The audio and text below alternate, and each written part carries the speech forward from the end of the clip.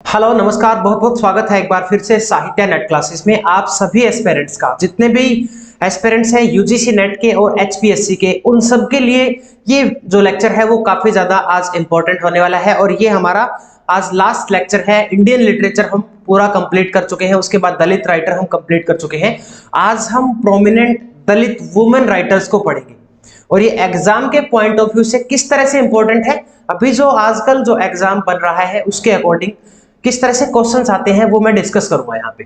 ठीक है, तो सबसे पहले मैं आपको बताना चाहूंगा, जो ये प्रोमिनेंट दलित वुमेन राइटर है, ये आपको क्रोनोलॉजी में इनका क्वेश्चंस बिल्कुल बन सकता है, तो इनकी बर्थ डेट आपको बहुत अच्छे से याद करनी है। ठीक है, तो जितने भी एचपीएससी के एस्पिरेंट्स हैं और आप असिस्टेंट प्रोफेसर बनना चाहते हैं और आप किसी अच्छे कोचिंग संस्थान को ढूंढ रहे हैं, तो आप हमारे जो डिस्क्रिप्शन में आपको लिंक मिल जाएगा उस ऐप पे आप विजिट कर सकते हैं। आपको 200 plus videos lecture plus PYQs की सीरीज और स्टडी मटेरियल भी हम प्रोवाइड करते हैं। ठीक है, बहुत ही अफोर्डेबल प्राइस भी रखा हुआ है, एक बार जरूर विजिट करें। तो चलो स्टार्ट करते हैं। प्रोमिनेंट दलित वुमेन राइटर्स।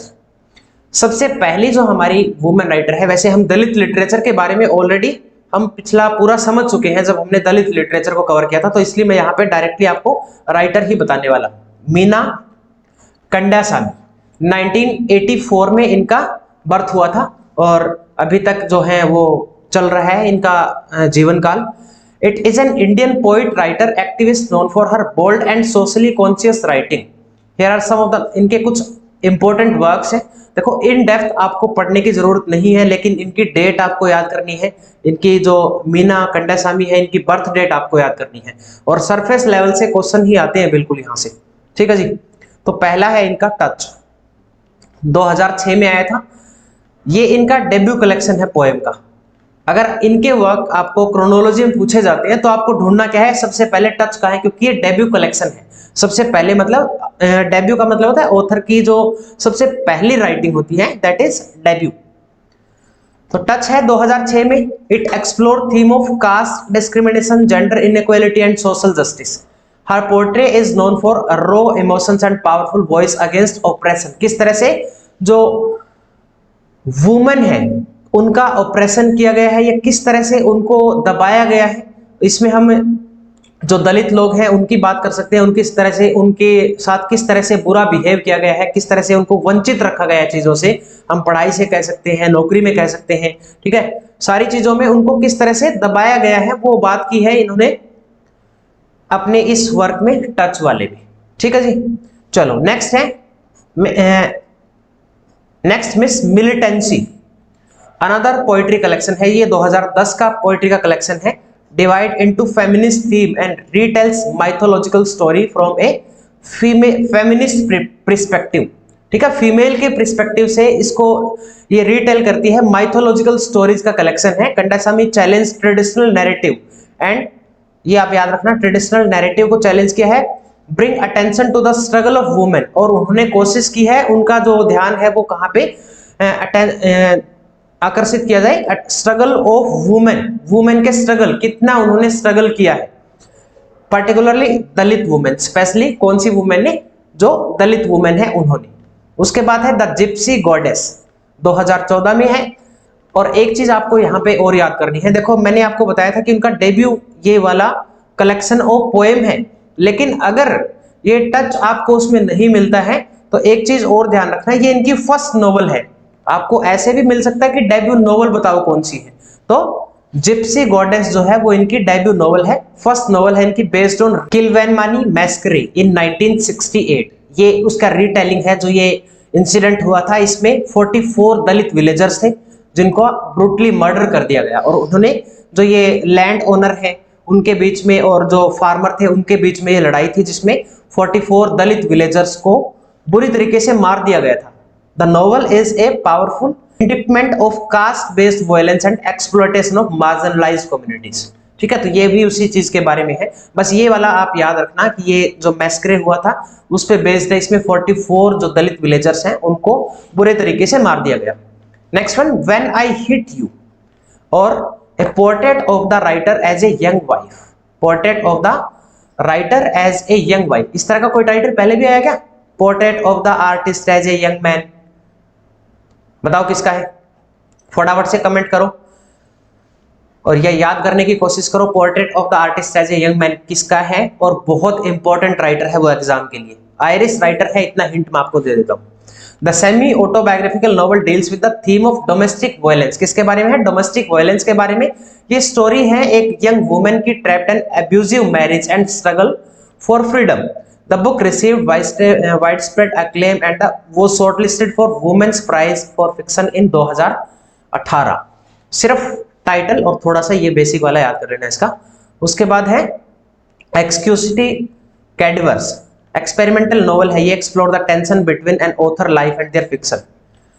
बुक को 2 कॉलम में डिवाइड किया गया है। एक साइड में कंडासामी का रिफ्लेक्शन ऑन अदर है, it challenge conventional story telling and examine the intersection of race class gender. ये वाली भी सेम थीम है, सिर्फ आपको टाइटल ही इसका याद करना है, इन डिटेल नहीं जाना है। चलिए जी, नेक्स्ट राइटर है हमारी कुमुद पावडे, बॉर्न इन 1938। ये एक मराठी राइटर है, मराठी, ठीक है जी। इन्होंने लिखा है Swas, a novel exploring theme of identity and societal norms. Shwas है इनका। उसके बाद है Mulya, a collection of short stories focus in moral values and human relationship, just title only.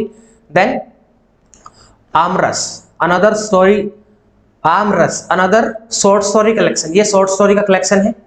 देखो ये वाली चीजें आपको याद करनी है, कौन सा ऐसे का कलेक्शन है, कौन सा शॉर्ट स्टोरी का कलेक्शन है, कौन सा पोएम का कलेक्शन है, आपको जोनरा पूछा जा सकता है पेपर में, ठीक है जी।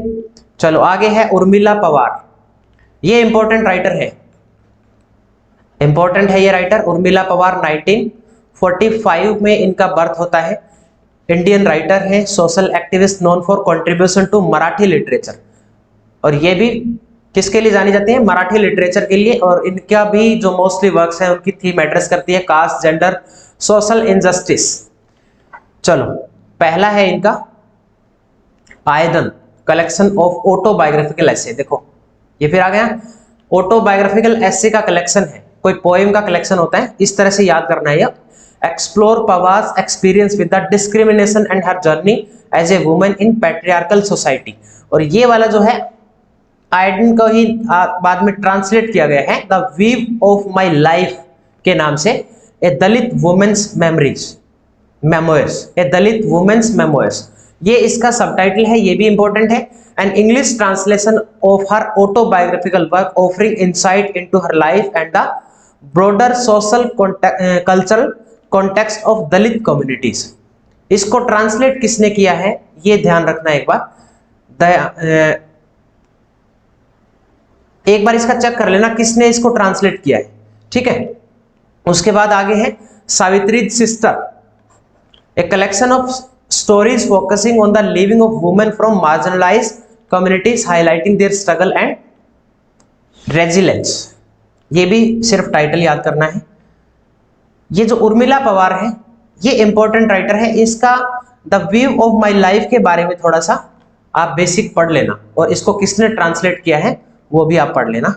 नेक्स्ट आता है इसके बाद बामा 1958।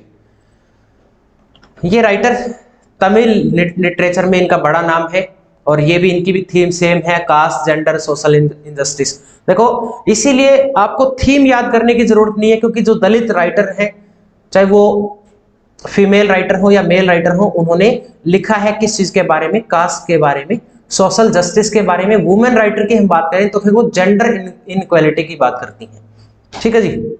चलो कारुकू है इनका 1992 में, ऑटोबायोग्राफिकल नॉवल है, details Bahamas experience growing up in Dalit communities and struggle with societal operation. Same बात इसने की है, ठीक है। कारुकू टाइटल याद कर लेना। उसके बाद है संगति 1994, ये इसी का सीक्वल है, ये आगे नॉवल जो है कंटिन्यू किया है इसने डिस्क्रिमिनेशन की थीम के साथ ही, और चैलेंज किया है, जो चैलेंजेस दलित वुमेन ने फेस किए हैं उनके बारे में आगे स्टोरी इन्होंने कंटिन्यू की है। उसके बाद है Vanmam, this work address the complexities of caste and social dynamics showcasing Bama's keen observation and marginalised community. चलो उसके बाद इनका है ओरू तत्वम एरुमियम, ये शॉर्ट स्टोरी का कलेक्शन है, इनके 2 शॉर्ट स्टोरी के और कलेक्शन है,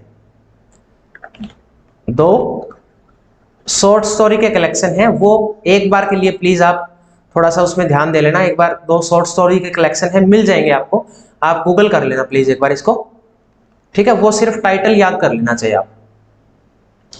चलो नेक्स्ट राइटर आ गए हमारे गोबू श्यामला 1969, ठीक है। द डाउन ट्रोडन, ये शॉर्ट स्टोरी का कलेक्शन है, स्ट्रगल दिखाया है इसमें मार्जिनलाइज कम्युनिटी के बारे में। उसके बाद है आदा पदाचू, ये नोवेल है, delve into the challenges faced by Dalit women blending personal experience with social critique. सिर्फ टाइटल ही याद करना है इसका भी, the silence and the fury, ये भी सिर्फ टाइटल।